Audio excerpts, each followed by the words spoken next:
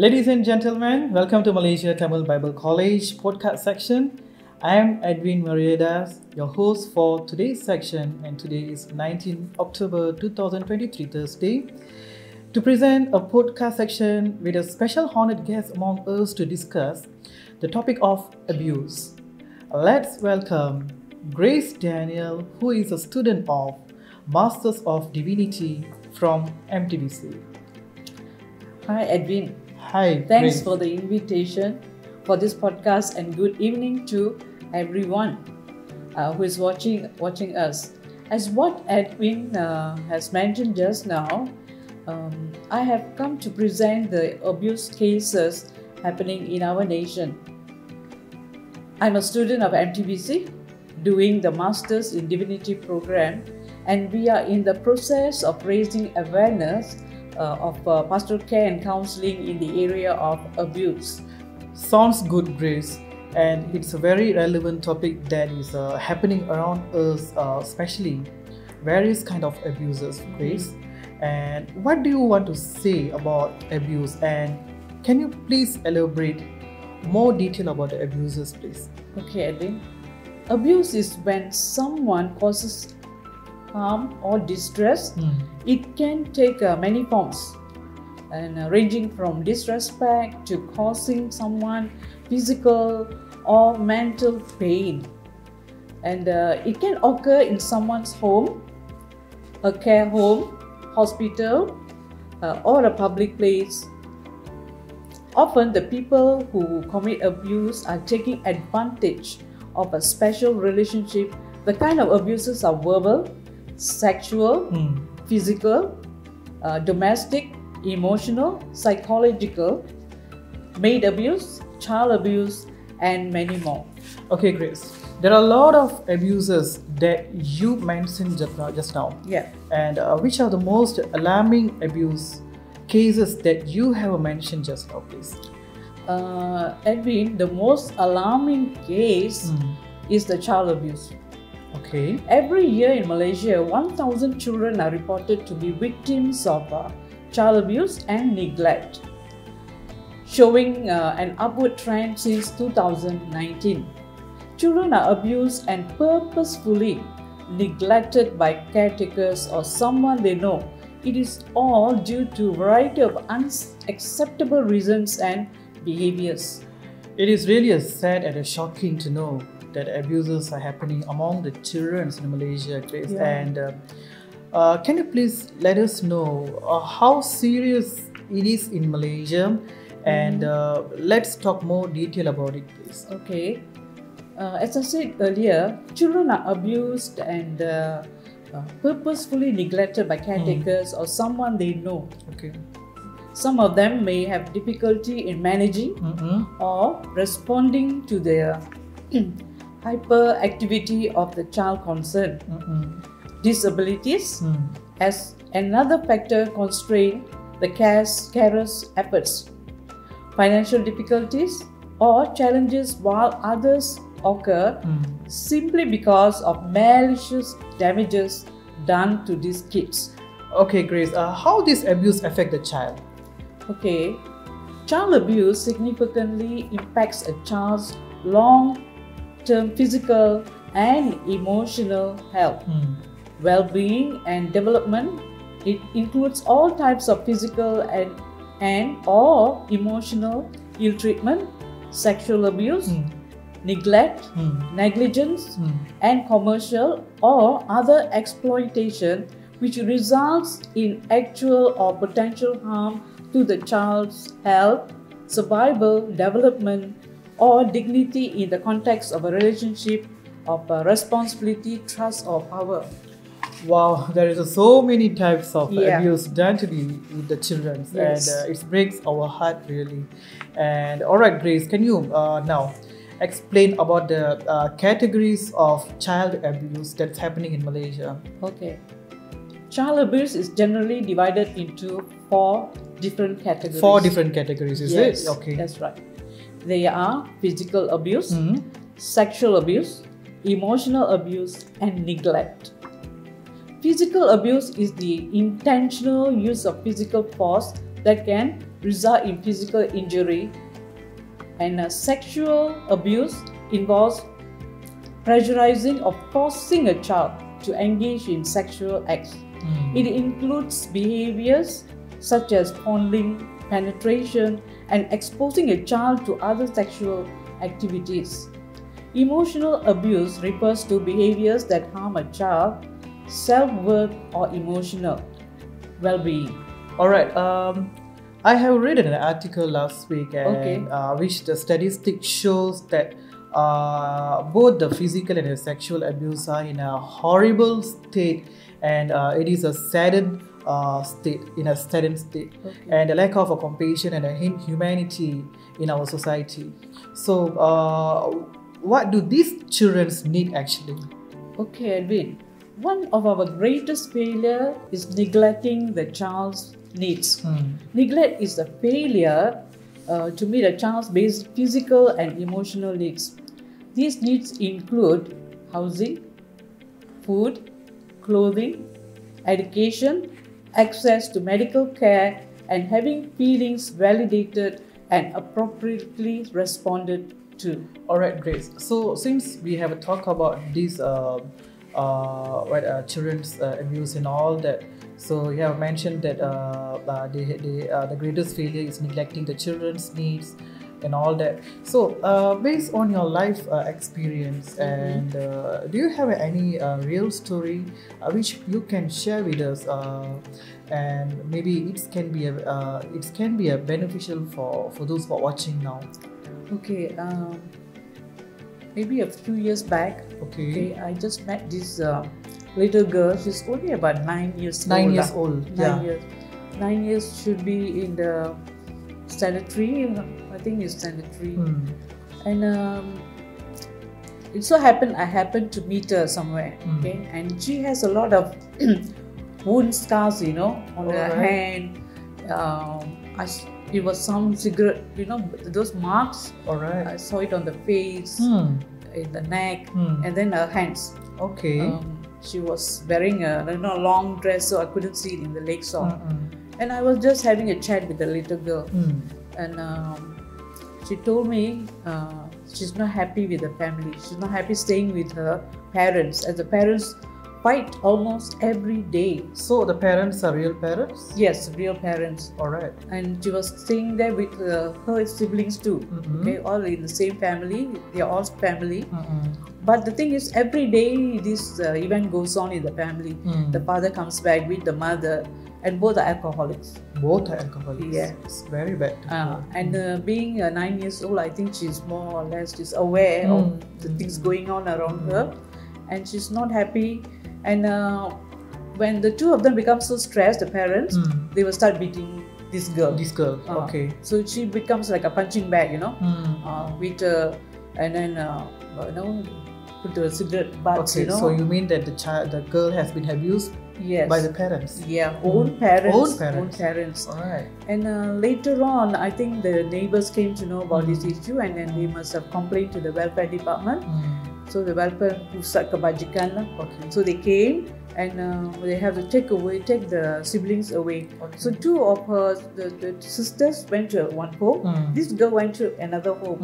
So she was staying there when the time that I met her, Okay. and she was very depressed. Okay. Little girl, what do you expect? She was so depressed.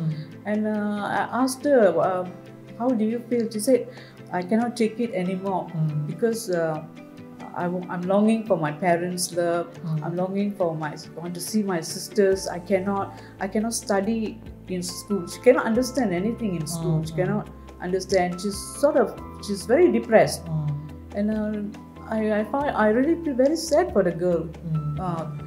What can we do at that time? I don't know.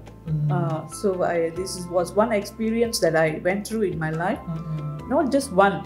There are many cases. Okay, so since you have shared these incidents among us today, so what would be the main reason for this incident or this terrible happen to this girl, which is not supposed to happen to a young girl, and this is the age that she should gain her experience in a in a world, and of course since she's a student, and she need to explore more in an educational term and all that. So is it we can say that the parents are the main cause of this? Why not? They are the main cause. Because parents are supposed to be a good example to the children. True. Yeah. And they are supposed to discipline the children. They themselves need to be disciplined first, right? So it is mainly is upbringing in the family. Probably they need a proper counseling. Proper counseling. Yeah, proper counseling. They need to speak to a counselor or something. Yeah. So probably things can change. It's not necessary they will remain the same anymore. Things can change if they can go for proper family counseling. Understood. And how about, okay, let's say in the future the parents are willing to take back the children, that girl from a certain place that where she is now. So is that right to send her back to the parents, and how assure that the things won't be happen again?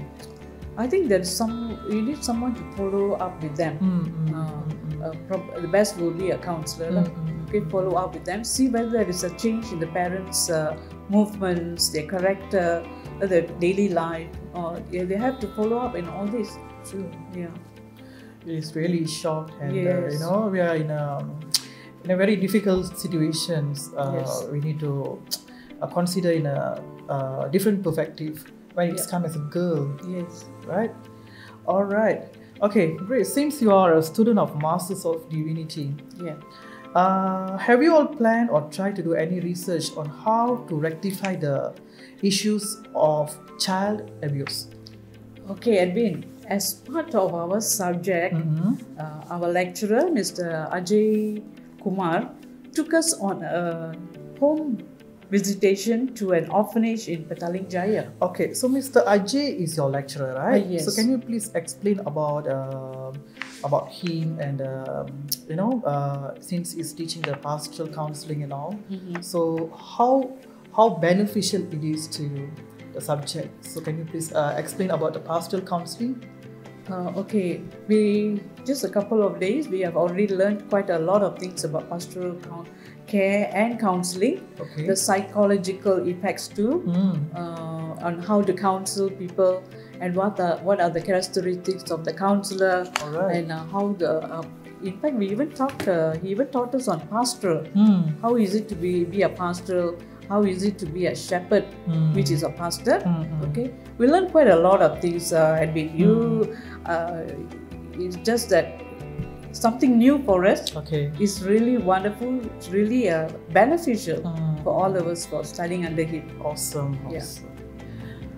Since you say that your lecturer and is providing such a good educational system to you and the students among you. So, can you please explain detail about the course duration, and also how if someone outside there they really wanted to take this course? Is that the course is provided in online, or is that we need to be here in the campus physically? Can you please elaborate a bit, please? Okay, this is about 2 to 3 years course.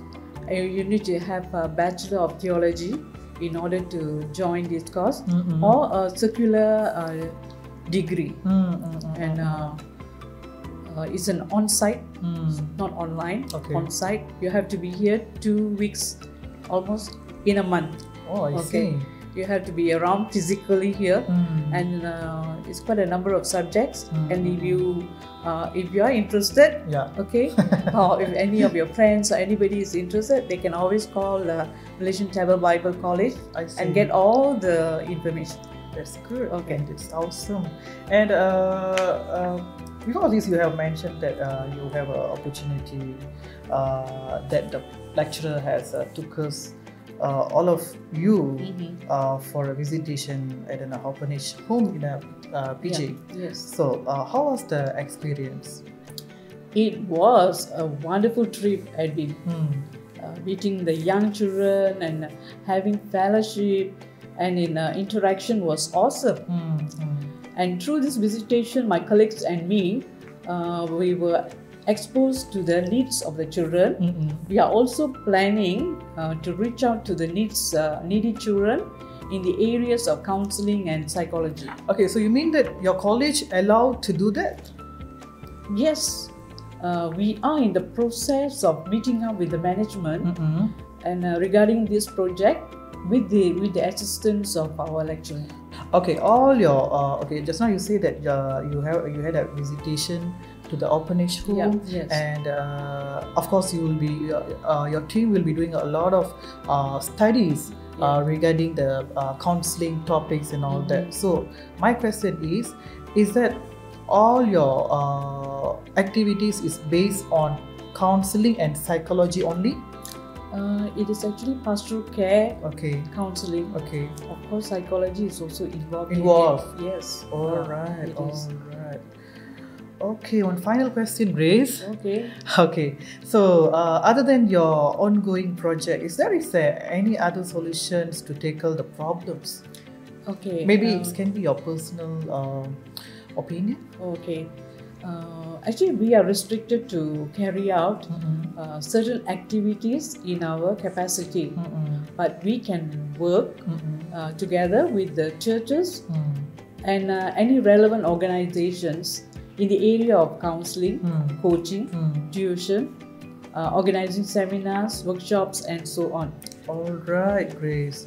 So, since you say that you have mentioned about the churches, can you please elaborate a bit the plans and also the goals of the churches when it's come as counseling and psychology?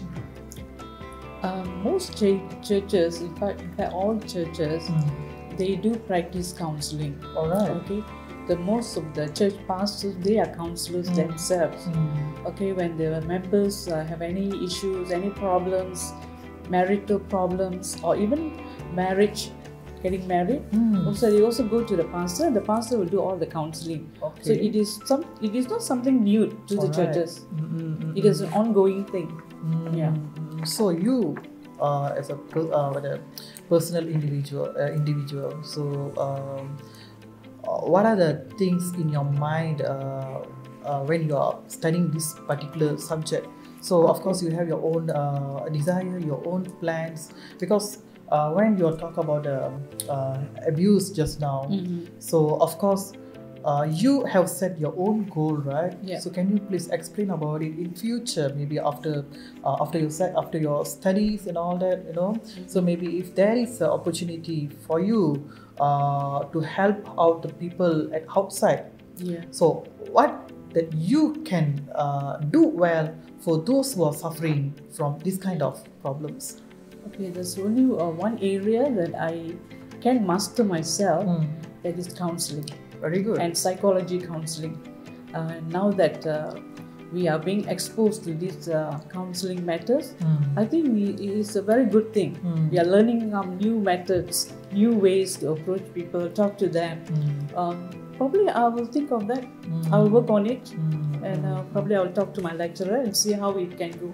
All right. Okay. So wonderful section today, and I believe that we have gained a lot of information through this sharing, and we would like to thank you, Grace, for your participation today, and I would like to wish you all the best for your project, and if there is a chances in the future, maybe we can catch up later in another podcast in the future. Okay, thank you, Edwin, for inviting me. I hope it has been an eye-opener for all of us in the podcast discussion on the topic of abuse. And thank you for inviting me. Okay, thank you, Grace. Have a good day. All the best. You too.